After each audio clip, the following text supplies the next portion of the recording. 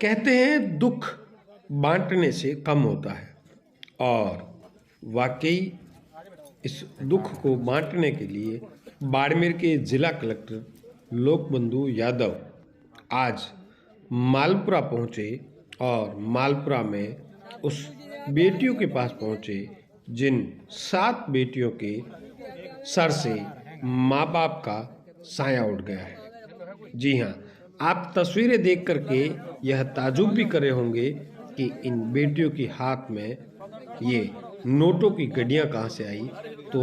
मैं आपको बताना चाहता हूँ, कहते हैं अगर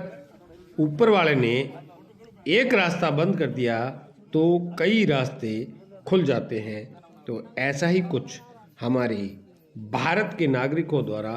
बाड़मेर के नागरिकों द्वारा और दानवीरों द्वारा एक रास्ते खुले और इन जो मुरझाए हुए चेहरे हैं इनके ऊपर इनको इस बात का एहसास करवा दिया कि ऊपर वाले ने आपके साथ में बहुत बड़ा गुनाह किया, आपको दुख दिया। क्योंकि इस बेटी जो आपके सामने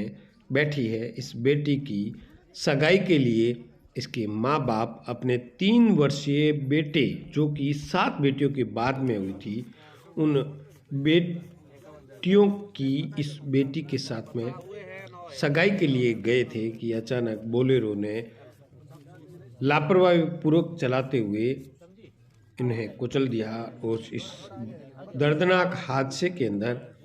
खेताराम और किक्कू की दर्दनाक मौत होगी। तो वहीं इनके 3 वर्षीय भाई जो है वह गंभीर अवस्था में जोधपुर में इलाज चल रहा है। लेकिन सबसे मैं आपको अहम बात करना चाह रहा हूँ कि इस दर्द की वेदना को देखने के बाद में हमारे बाड़मेर जिले के पत्रकार अशोक शेरा द्वारा इस दर्द को, उसके पास जानकारी आई और उसने इस दर्द को सोशल मीडिया के ऊपर जाहिर कर दिया और सोशल मीडिया पर उन दानवीरों में और लोगों ने इतना दिल खोल के इन बेटियों के लिए, इस परिवार के लिए दान किया कि आज की तारीख में जो एक आंकड़ा आ रहा है वह करीब करीब 2 करोड़ का इन खेताराम और कक्कू की 7 बेटियां और उसके 3 वर्षीय भाई जो कि घायल है उनके लिए अब तक राशि आ चुकी है। और यह राशि मुख्य तौर से अगर इसका श्रेय जाता है वह जाता है बाड़मेर के पत्रकार जो कि अशोक शेरा है उसके नाम से।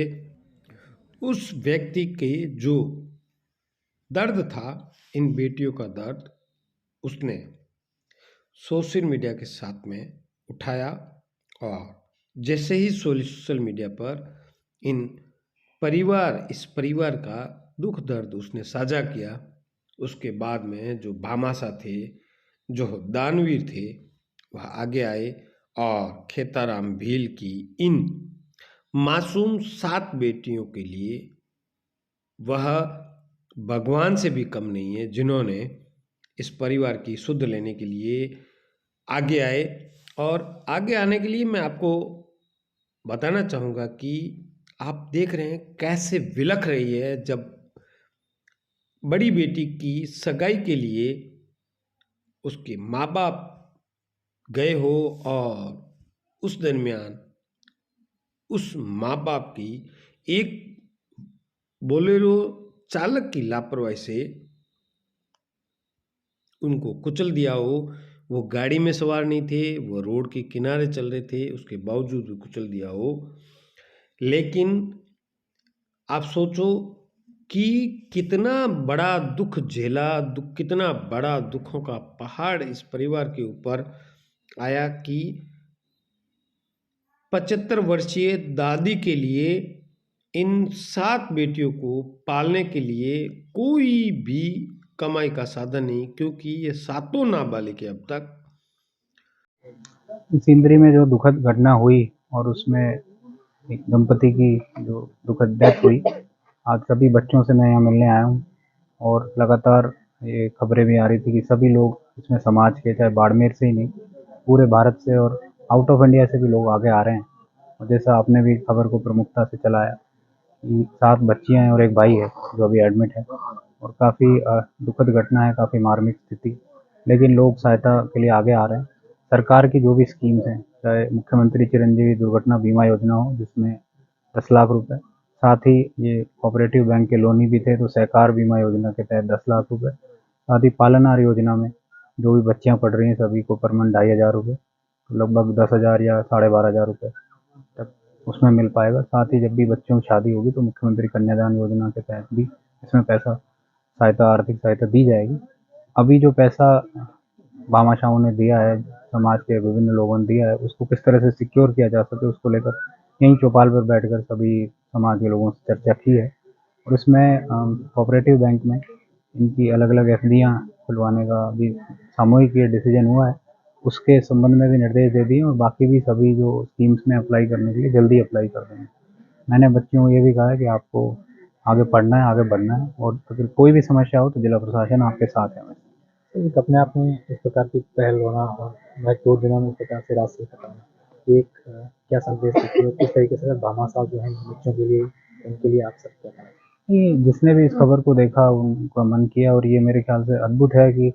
प्रमुखता से आपने भी इस खबर को चलाया है और उसके बाद लोग आगे आए। और ये मेरे ख्याल से पिछले कुछ समय में सबसे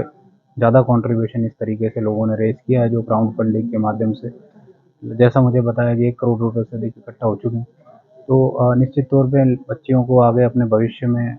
पढ़ने के लिए और आगे अपने भविष्य को संजोने संवारने के लिए ये अच्छी सहायता के रूप में राशि आई है।